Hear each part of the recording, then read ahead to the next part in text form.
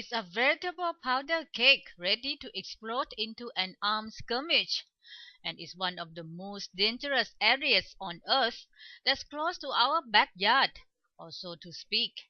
Worse, it involves two superpowers, the United States and China. We are talking about the South China Sea and the hundreds, if not thousands, of tiny islands and outcrops which are claimed by China itself and a host of other countries, namely the Philippines, Vietnam, Brunei, Indonesia, Taiwan, and Malaysia. And things are getting very messy indeed. China insists every single island in the whole of the South China Sea is its territory, while the Philippines and Vietnam are in the forefront trying to fend off the mighty economic powerhouse.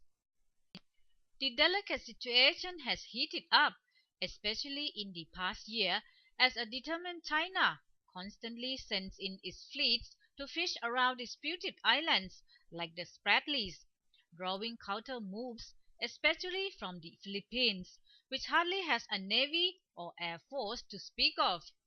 Philippine Coast Guard officers have boldly boarded Chinese fishing vessels, claiming they were fishing in Philippine territory, while an anchor Beijing retorted that is nonsense because the Spratlys and every other island there is historically Chinese territory. A while ago, China even forced Vietnam from one of the islands and took full possession of it. The United States, which views all this as pure intimidation and bullying tactics on the part of China, jumped to the aid of its best pal, the Philippines, giving the Asian Catholic nation a comparatively advanced Coast Guard ship, which Manila immediately deployed near the contested islands. China minced no words in warning the US not to poke its nose into someone else's business, and promptly sent in more fishing boats. The resulting eyeball-to-eyeball confrontation abated when the Philippines called its Coast Guard ship back to port, but the two countries are not stepping back, though none would want to see the situation escalating into armed conflict.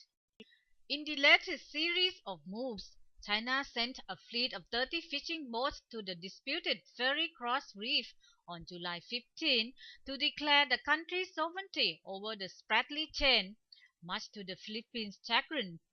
And yesterday, it was revealed that China is setting up a city, starting with a legislative body on the Paracel Islands that are also claimed by Vietnam. Vietnam is unlikely to take this sitting down. Indeed, it's not a dispute over fishing. The South China Sea has become Asia's biggest potential military flashpoint because it's a strategic body of water, is home to one-third of the globe's marine biodiversity, and a transit for one-third of the world's shipping. But above everything else, it contains massive oil and gas reserves beneath its seabed, something a gigantic and growing China would dearly love to get its hand on, though the country is already digging for oil, but not in the disputed waters. The fact that some of the Southeast Asian countries are locked in a battle of wits with giant China has forced them, especially the Philippines, to turn to the US for military assistance. What's worrying is that what started off as a dispute about fishing rights could escalate into a full-blown geopolitical crisis due to nationalism and sovereignty. This is especially true for China and Vietnam, and increasingly the Philippines as well.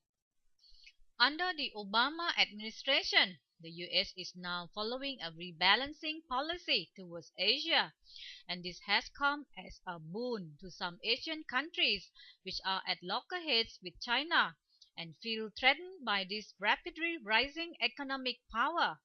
So against this backdrop, some Southeast Asian countries have generally welcomed the US pivot or rebalancing towards Asia.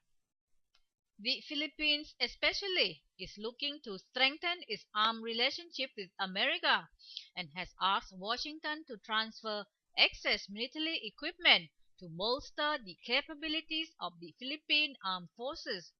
The conflicts in the South China Sea are also threatening the unity of the Association of Southeast Asian Nations, or ASEAN, of which Thailand is a member. The ASEAN summit last week ended in the most embarrassing outcome, as there was no final communique. This has never happened before in ASEAN's 45-year history. As chair of the summit, Cambodia refused a request by fellow ASEAN members, Philippines and Vietnam, to include in the communique reference to the recent standoff between Philippine naval vessels and Chinese government ships over the Scarborough Shoal, a reef claimed by both countries. Cambodia, with close ties to China, told Beijing's line that such disputes must be settled bilaterally, one-on-one, and should not be discussed at international forums. According to Asian political experts, a worst-case scenario is a serious confrontation in which military force is employed. But the chances of that happening now, at least, are not very high. The best case scenario is for China and ASEAN to agree on a peaceful solution, but the chances of that outcome are not very high either. Experts feel that tensions will continue to ebb and flow in the foreseeable future, with claimants to the islands protesting each other's moves. Meanwhile, ASEAN and China will keep the Declaration on the Conduct of Parties and the Code of Conduct process going, if only to show that they are doing something. Everyone else can twiddle their thumbs while they wait and watch to see what happens as the delicate situation further unfolds.